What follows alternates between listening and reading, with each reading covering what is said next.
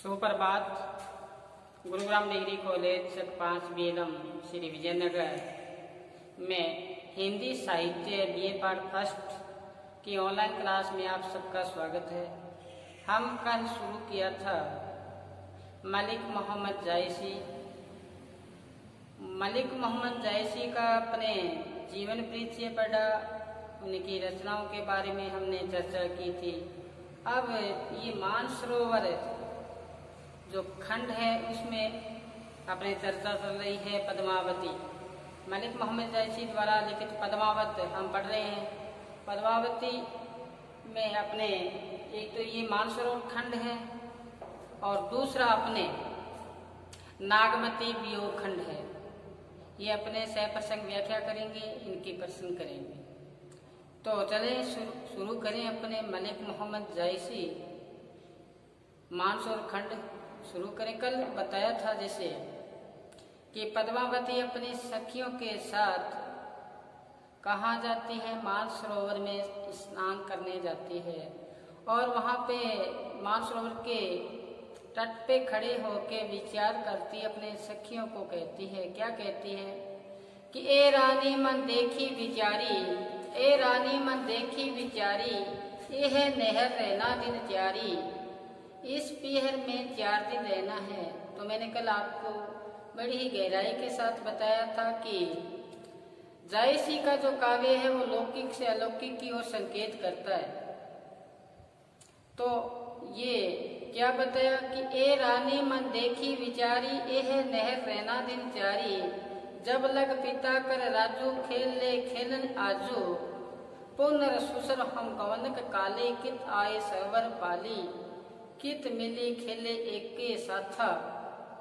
तो ये बताया था कि रानी मन में विचार करो कि इस पीर में 4 दिन ही रहना है, फिर हमें ससुराल जाना है, फिर हम एकत्रित होके खेल नहीं पाएंगे। हमने उसका अच्छी तरह से गहराई के साथ आपको सह प्रसंग व्याख्या की। अब चलते हैं अपने दूसरा ये पद है इनका, क्या बताया है देखो कि मिल ही रैसी सब चढ़ी हिंडोरी, मिल ही रैसी सब चढ़ी हिंडोरी, झूले लेहू सुख बारी गोरी, झूले लेहू नेहर जब ताई, फिर नहीं झूलन देही साई, पुणे ससुर ले राखी कहाँ, नेहर चाहे न पाऊ जहाँ, कित ये धूप कहाँ ये छाहा, रहब सकी बिन मंदिर वहाँ, गुण पूछियो लाइयो दोखू, कौन उत्तर पाऊ यह मोखू, सास ननंद के गुफे शिकारे, रहब संकोची दुए कर जोरे, कित यह रेसी जो आऊ करना, ससुरे अंत जन्म दुख भरना, कित नेहर पुनि आओ कित ससुरे यह खेल, आपो आप कहे होई परब पंखी जैसे डोल। कवि ने यहाँ पे क्या बताना चाहता है, पद्मावत के काव्य के माध्यम से जायसी कहते हैं कि ये संसार रूपी जो नेहर है, संसार रूपी जो पिय है, इसमें दिन व्यतीत करना है 4 दिन। 4 दिन व्यतीत करके हमें ससुराल में जाना ही पड़ेगा। ये लौकिक संसार छोड़कर हमें अलौकिक संसार में जाना पड़ेगा। तो उसी हिसाब से बताया है कि जब तक हम पीहर में हैं, तो क्या बताया कि जब तक हम पीहर में हैं तब तक मिली रेसी सब चढ़ी हिंडोरे, जब तक अपने पीहर में हैं तब तक झूला झूल लो। सखियों के साथ जितना मनोरंजन करना है, झूला झूलना है, तो जितना करना है, आनंद की अनुभूति लेनी है, ले लो। जब मिल ही रैसी सब मिलकर हिंडोरी चढ़ी, जो यहाँ झूला झूलना है वो झूल लो, झूली ले हो सुख बारी गोरी, जितना सुख लेना है उस सुख में डूबना है, वारी का मतलब डूबना, उस सुख में डूबना है, डूब लो। आगे क्या बताए, झूले ले हो नहर जब ताई, आई ना बात, जब तक आप नहर में हो, आप पीहर में हो, जब तक आप झूला झूल सकते हो। सखियों को कह रही है पद्मावती, क्योंकि पद्मावती सभी सखियों को इकट्ठा करके आई है वहां पे मानसरोवर में, और मानसरोवर के तट पे आके ठाडी भई वहां पे आके खड़े होके विचार कर रही है। वही बात यहाँ चल रही है। फिर नहीं दुल्हन दही साईं, जब हम ससुराल में चले जाएंगे वहाँ हमारा साईं, हमारा प्रीतम हमें ऐसा अवसर नहीं देगा, झूलने नहीं देगा। क्या दूल्हा झूलने नहीं देगा, ऐसा अवसर बाद में नहीं आएगा। वो कहते हैं ना कि वृक्ष बोला पात से सुन पात मेरी एक बात, वृक्ष बोला पात से सुन पात मेरी एक बात, इस घर की रीत है एक आवत एक जात। फिर अपने यहाँ से चले जाएंगे कहाँ कि फिर नहीं दुल्हन दही साईं, फिर हमें जो हमारा पतिदेव है, साईं है, प्रीतम है, वो दूल्हा झूलने नहीं देगा। अब आगे देखो, ससुराल में आके कितना बंधन फंस गए। क्या बताए, पुनर ससुर ले राखी जहाँ, हमें हमारा जो ससुर है वो कहाँ रखेगा ये हमें अभी तक ज्ञात नहीं है। तो क्या बताए, पुनर ससुर ले राखी जहाँ, जहाँ हमें हमारा ससुर रखेगा वहाँ हमें रहना पड़ेगा। अब तो हम क्या है, स्वतंत्र है, क्योंकि हमारे ऊपर राज किसका है, पिता का राज है, पिता के आश्रय है, पिता का छत्र छाया है।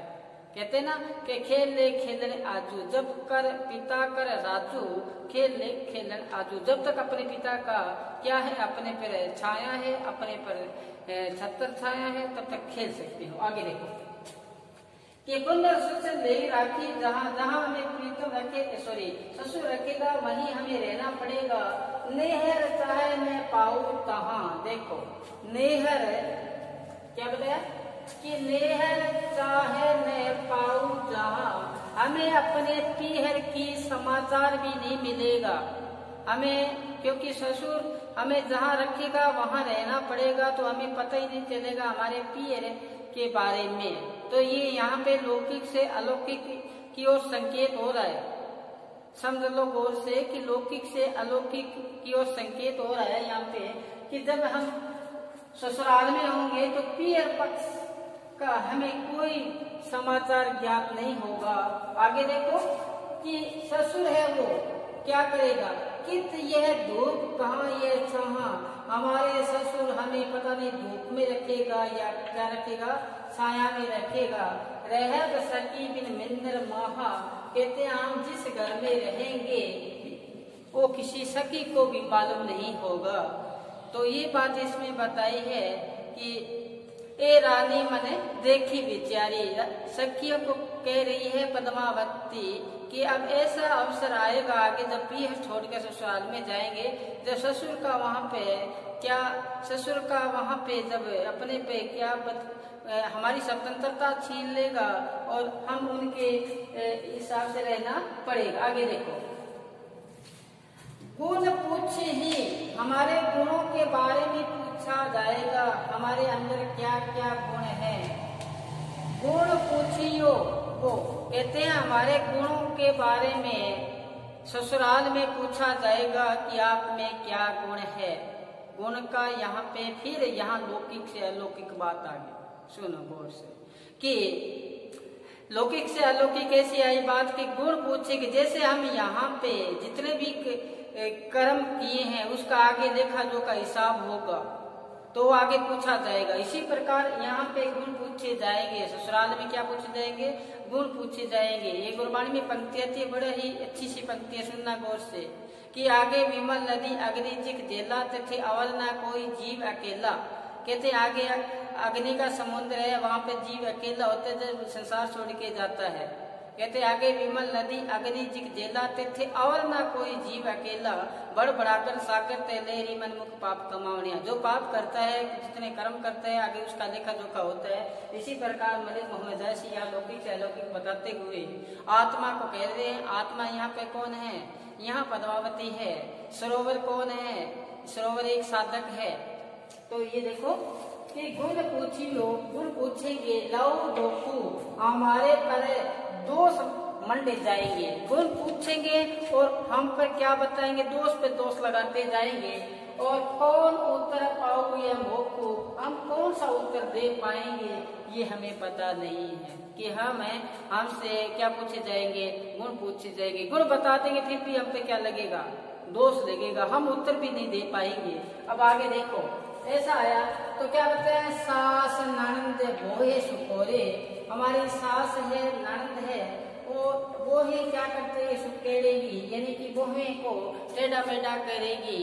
तो आशय ये है कि पसंद नहीं करेगी किसको, उस आत्मा को।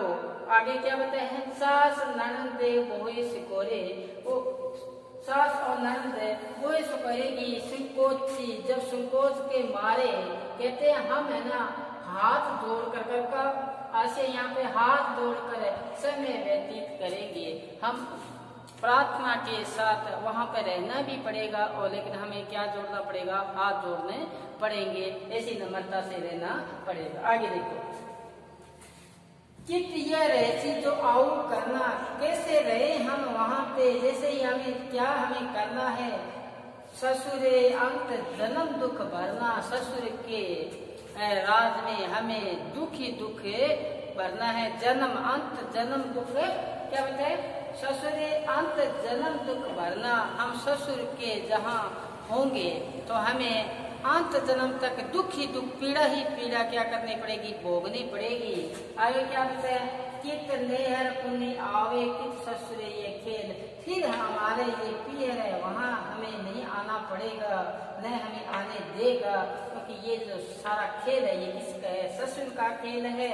हम तो ऐसे हो गए कि आपको आप कहे होई, हम तो ऐसे स्थिति में फंस गए, परब पंखी जैसे डो, जिस प्रकार बहिया पक्षी, जिस प्रकार से पपैया पक्षी ऐसे जाल में उलझ जाता है, पंख उलझा लेता है, जो बाहर निकलने का प्रयत्न करता है लेकिन निकल नहीं पाता, ऐसी स्थिति हो जाती है।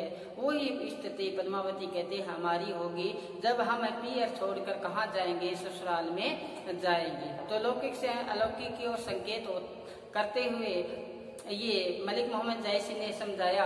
अब मोटे मोटे तौर पर वापिस सुनो। कहते हैं कि जब सखियां वहां पर पाल पर ठाटी भाई यानी कि इकट्ठी होकर तट पर खड़े होकर विचार कर रही है कि जब तक हम पियर में हैं तब मिलकर हम झूला झूल लो, तो ऐसा झूला झूलो कि ये सुख के सागर में गोते खा लो, सुख के सागर में आप लीन हो जाओ। आगे कहते हैं फिर हमें जब तक झूली ले नहर तक ताई, जब तक आप पियर में हो जब तक झूला झूल लो, फिर दुल्हन दे ही न साईं, फिर कौन नहीं दुल्हन देगा, साईं प्रीतम, यानी कि उनका प्रीतम दूल्हा डोले नहीं देगा। पुनः ससुर ले राखी जहाँ हमें हमारा ससुर रखेगा वहाँ रहना पड़ेगा, नहर चाहे न पाओ तहाँ, हमें पीहर की कोई समाचार भी नहीं मिल पाएगा। क्या बताएं कि ये धूप कहाँ ये छाया, हमें कहाँ रखेगा, धूप में रखेगा या छाया में रखेगा। रैप सखी बिन मंदिर माँ है, हमें सखियों का भी क्या नहीं पता चलेगा जहाँ हम जिस घर में हम रहते हैं। आगे देखो, हमारे गुण पूछे जाएंगे और दोष लगाएंगे, हम उत्तर भी दे नहीं पाएंगे। कहते हैं सास और नंद बातों बातों पे बोही को सिकोड़ेंगे और संकोच के मारे हाथ बंद करके हम जवाब भी दे पाएंगे। आगे क्या बताएं, ये है रहसी जो आओ करना, हम करें क्या इस स्थिति में, क्योंकि ये तो ससुर के हम वहाँ है, तो अंत जन्म हमें क्या करना है, दुख ही दुख मरना है। तो कहते हैं ये जो नेहर में थोड़े दिन रहे थे, अब किसके खेल में फंस गए, ये ससुर के खेल में फंस गए, ससुर के वहाँ पे आश्रय में हैं हम। तो कहते हैं हम जो उस पपैये की बांती है, उस परेवा पक्षी की बांती है, जो क्या है कि झाड़ियों में फंस जाता है, अपने पंख लिपटा लेता है, बाहर निकलने का यत्न करता है लेकिन निकल नहीं पाता। तो ये बात इसमें बताई है कवि ने। तो ये कवि ने यहाँ रहस्यात्मक की व्यंजना की है, साथ में ही रहस्यता वर्णन करते पी और ससुराल की परीक्षा का अभिप्रेत है। ये इन पंक्तियों में जो सरोवर है वो एक साधक है और आराध्य उसके निकट आ रहा है, इसलिए ही उल्लासित है। ये बात इसमें बताई है। एक बार इसको लिखो, उतारो अपने रजिस्टर में और इसके साथ में स्क्रीनशॉट भी लो, फिर चलते हम आगे। अब आगे चलो, देखो कि पद्मावती का यहाँ पे रूप सौंदर्य वर्णन है। पहले पद्मावती ने अपनी सखियों को समझाया, बताया कि ये अपने पियर में 4 दिन रहना है, फिर ससुराल जाना है। उसके बाद में बताया ससुर का जो खेल होगा कैसा होगा, जिस प्रकार से पपैया या बहिया अपने पंख कहाँ लिपटा लेता है, ऐसे उलझे हुए जाल में फंस जाता है, तो उसी प्रकार से यहाँ आगे उनका आगे का जो ये पद है उसमें क्या बताना चाहता है। तो देखो कि सर्वर तीर पद्मनी आई, खोपा छोरी केश कुमलाई, शशि मुख अंग मल्य गिरी वासा, नागिन जेपू लेहू चहु पासा, ओने घटा परिजग छाया, शशि के शरण लेहू जनु राहा, छपी गे दिन बालों की दशा, लेऊ निशी नकश चांद प्रकाशा। इसमें पद्मावती का रूप सौंदर्य का वर्णन किया है। तो मैं आपको कल भी बताया था कि मैं आपको जो पद्मावती का नागसिक वर्णन अपने पाठ्यक्रम में नहीं है, लेकिन फिर भी मैं आपको इनका नागसिक वर्णन समझाऊंगा। आप कदम दर कदम मेरे साथ जुड़े रहें तो आपको पूरा का पूरा ये बताएंगे। चले आगे हम इसके सह प्रसंग व्याख्या करते हैं। तो क्या बताया, सर्वर तीर पद्मनी आई, पद्मावती उस सरोवर के किनारे तीरका से किनारे पे आई है। किस उद्देश्य से आई है? सखियों के साथ स्नान करने के लिए आई है। तो वहां आके क्या किया कि सरोवर तीर पद्मनी आई, सरोवर के किनारे आके खोपा छोरी केश मुकलाई, जो बालों का जूड़ा बांध रखा था, बाल बांध रखे थे, वो बालों को खोल दिया है। स्नान करने के लिए जब भी आती है तो बालों का जो जूड़ा बांध रखा था उसको खोल दिया है। आगे अब उनके रूप सौंदर्य कैसे बताए हैं मलिक मोहम्मद जायसी ने कि उनका जो सौंदर्य है, जो शशि मुख, उनका मुख है वो कैसे है? चंद्रमा के समान है। अंग मल्या गिरी वर्षा, जो अंग है, अंग का जो सौंदर्य है, उनमें जो खुशबू है वो मल्यागिरी की आ रही है, उसमें खुशबू आ रही है। और नागिन जपू लहू चौपासा, जैसे ही बाल खोले हैं तो बाल नागिन के जो बाल हैं उसके मुख को चारों तरफ से घेर लिया है।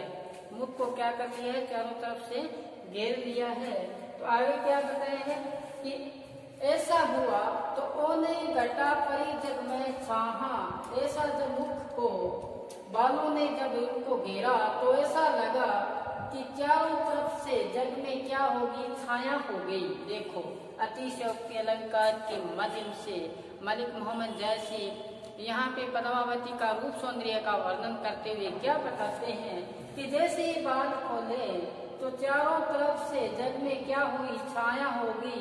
और ऐसा लगा कि शशि के शरण लेहू जनु राहु, ये जो राहु है वो किसकी शरण में चला गया? चंद्रमा की शरण में चला गया। अब आगे देखो कि छठी के दिनों बालों की दशा, जो सूर्य की जो दशा है वो दिन में कैसे हो गई?